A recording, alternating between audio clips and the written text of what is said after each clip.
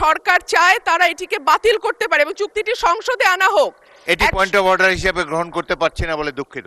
মাননীয় সদস্য উমিন ফারহানা, আপনি কি পয়েন্ট অফ অর্ডারে দাঁড়িয়েছেন? বলুন। মাননীয় স্পিকার, আপনাকে অসংখ্য ধন্যবাদ।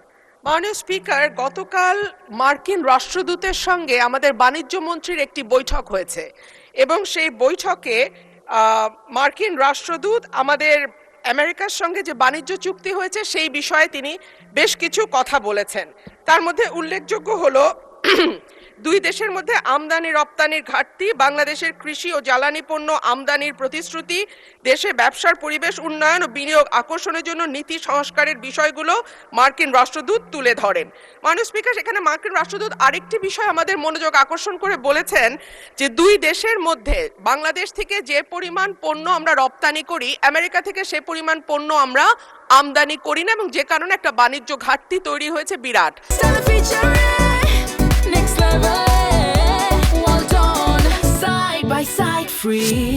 এবং এই বাণিজ্য ঘাটতি পূরণের লক্ষ্যে বাণিজ্য চুক্তি হয়েছে। কিন্তু মাননীয় স্পিকার, আমরা জানি যে 12ই ফেব্রুয়ারি আমাদের জাতীয় নির্বাচনের ঠিক 3 দিন আগে 9ই ফেব্রুয়ারি এই চুক্তিটি স্বাক্ষরিত হয় এবং তখন বাংলাদেশের যারা সুশীল সমাজ আছেন, থিঙ্ক ট্যাঙ্ক আছেন, তারা বারবার বলেছেন যে একটি অনির্বাচিত সরকার এই ধরনের চুক্তি স্বাক্ষর করতে পারে না এবং এই চুক্তিতে অনেকগুলো ক্লজ আছে যেটা বাংলাদেশের স্বার্থ বিরোধী।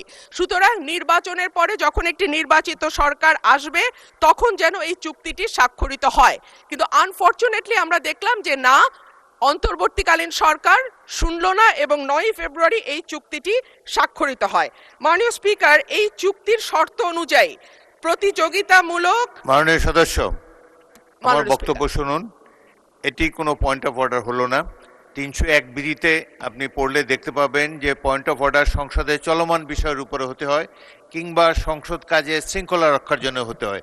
আপনি একটি নতুন প্রশ্ন উত্থাপন করেছেন, আপনি নোটিশ দেন, এটি বিবেচনা করে দেখা হবে। ধন্যবাদ। মাননীয় স্পিকার, একটা মিনিট। মাননীয় স্পিকার, এই চুক্তিটি 60 দিনের মধ্যে যদি সরকার চায় তারা এটিকে বাতিল করতে পারে এবং চুক্তিটি সংসদে আনা হোক।